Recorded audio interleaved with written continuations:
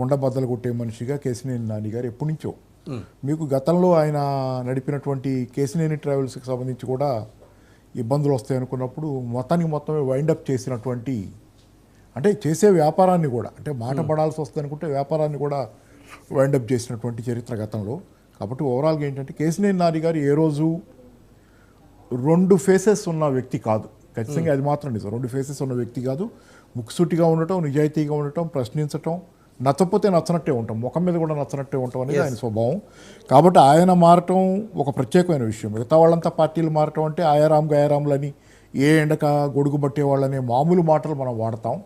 వాళ్ళ మార్పుతో లేనటువంటి ప్రభావం ఈరోజు కృష్ణా జిల్లాలో ముఖ్యంగా కేశినేని నాని గారి పార్టీ మార్పుతో కొంతవరకు కొన్ని కోస్తా జిల్లాల్లో కూడా చెప్పుకోవచ్చు. ఆయన పార్టీ మార్పుతో ప్రభావం పడుద్ది. పార్టీ కనుక ఆయన ఇప్పుడు కనుక జగన్ దగ్గరికి పోతున్నారు ఆయన క్యాంప్ ఆఫీస్ కంటే ఖచ్చితంగా పార్టీ మార్పుకి సంబంధించిన విషయం కాకుండా ఇంకోటి అయ్యే అవకాశం లేదు. కాబట్టి వాళ్ళ కూతురు ఆల్రెడీ రాజీనామా చేశారు. ఓపెన్ గా దానిలో దాపరగా లేవు. మరి మన షో అయిపోలోగానే తాడపల్లికి చేరుకుంటారు. ఓవరాల్ గా ఏపీలో జరుగుతున్న ముఖ్యంగా కేశినేని ఎందుకు వెళ్తున్నారు, ఎందుకు బాబు ఈయన వదిలించుకున్నారా, ఈయనని బాబు వదిలించుకున్నారా? బహుశా రెండు ఉండొచ్చు దానిలో. ఎందుకంటే బాబు ఇంత ముక్కుసూటి మనిషిని భరించలేనితనం ఉండొచ్చు. ఎందుకంటే ఇంత డైరెక్ట్గా ఆయన్ని కన్ఫ్రంట్ చేయటం, డి అంటే డి అంటాం, ఆయన స్థాయిలో జవాబు చెప్పగలటం. మిగతా ఎవరైనా ఆయన పార్టీలో ఉన్న వాళ్ళు ఎవరైనా ఆయనకి విధేయంగా ఉంటారు. కానీ ఈయన ఏంటంటే ప్రశ్నిస్తున్నాడు.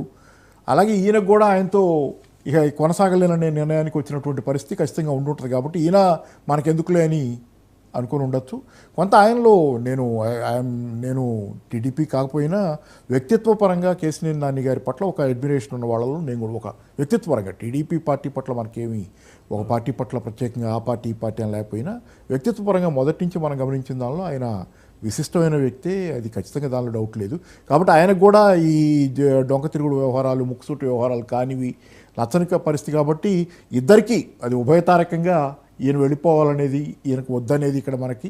ఆయనకేమో ఈయన ఉంటే ఇదే గోల రోజువారీ, రేపు ఎన్నికల టైంలో ఏమో వద్దనే భయం కూడా. మళ్ళీ ఎన్నికల టైంలో ఇలాంటిది ఏమైనా చేస్తే కనుక ఆయన కనుక ముక్కుసూటితనంతో ఇబ్బందులు వస్తాయనే దాని మీద బహుశా ఇద్దరు పరస్పరం ఎవరి దాని పోతే మంచిదనే పరిస్థితి ఉండొచ్చు అక్కడ.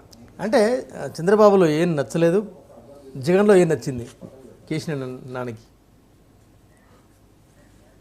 జగన్లో నచ్చటానికంటే ఒకటి, జగన్కి సంబంధించినంత వరకు ఏ రోజైనా సరే మనకి ఇక్కడ కనపడేది కుండబద్దలు కొట్టిన వ్యవహారం కనపడుద్ది. ఓవరాల్గా ఒక కుండబద్దలు కొట్టిన వ్యవహారం అనేది కనపడుద్ది. మీకు ఎత్తులు వ్యూహాలు అనేవి తక్కువగా కనపడతాయి. ఎందుకంటే చేస్తున్న దానిలో ఇప్పుడు ఆయనకి నెగటివ్గా వీళ్ళు ఇంతగా పోర్ట్రే చేయగలుగుతున్న దానిలో ఏంటంటే చేసే పనులు దేనికి ఎవరికి వెరిచినట్లు కానీ ఏదైనా సూటిగానే ఉండటం అనేది ఒకటి స్వభావరీత్యా ఉన్నటువంటి విషయం. రెండోది ఏంటంటే ఆయన ఎంత సూటిగా ఉంటాడనేది కాసేపు పక్కన పెడితే, రెండోది కేశినేని గారికి మాత్రం ఇంకో ప్రత్యామ్నాయం ఏముంది అంటే ఇప్పుడు రాజకీయాల్లో ఎప్పుడు ఏంటంటే ఇప్పుడు ప్రస్తుతం ఉన్న రాజకీయాల్లో బెస్ట్ ఆఫ్ ది వరస్ట్ అనేదే పరిస్థితి. అంతేగాని ఇది బెస్ట్ అనేది అంటే అత్యుత్తమమైనది, దీని తర్వాతే మిగతా బెస్ట్ ఆఫ్ ది వరస్ట్. అంటే రాజకీయ నాయకులు కాదు సార్, రాజకీయ నాయకులు పార్టీ మారిన ఒక 5 కాలాల పాటు అంటే ఒక టర్ము 2 టర్ములో వారి రాజకీయ జీవితాన్ని ఊహించుకుంటారు. కానీ మళ్ళీ ఆంధ్రప్రదేశ్లో జగన్కు ప్రతికూల పరిస్థితులు ఉన్నాయి అని ఒక ప్రచారం జరుగుతున్న టైంలో, దట్టు ఎన్నికల టైం. అదే కదా కేశినేని నాని గారి ప్రత్యేకత.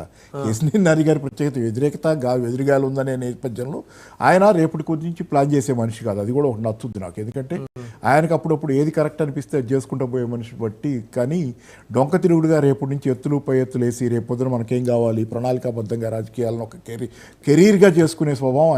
అంటే కేశినేని నాని గారి తాలూకు వ్యక్తిత్వాన్ని ఒకసారి పరిశీలనలోకి తీసుకుంటే, ఎందుకంటే పార్టీలు చాలామంది అటు ఇటు మారుతున్నారు కానీ కేశినేని నాని గారిది ఓ ప్రత్యేకత.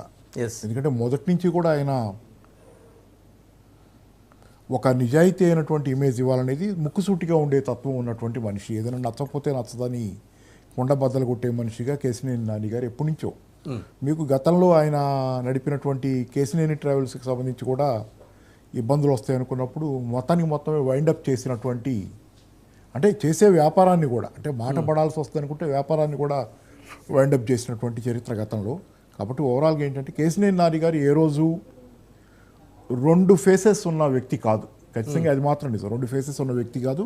ముక్కుసూటిగా ఉండటం, నిజాయితీగా ఉండటం, ప్రశ్నించటం, నచ్చకపోతే నచ్చనట్టే ఉంటాం, ముఖం మీద కూడా నచ్చనట్టే ఉంటాం అనేది ఆయన స్వభావం.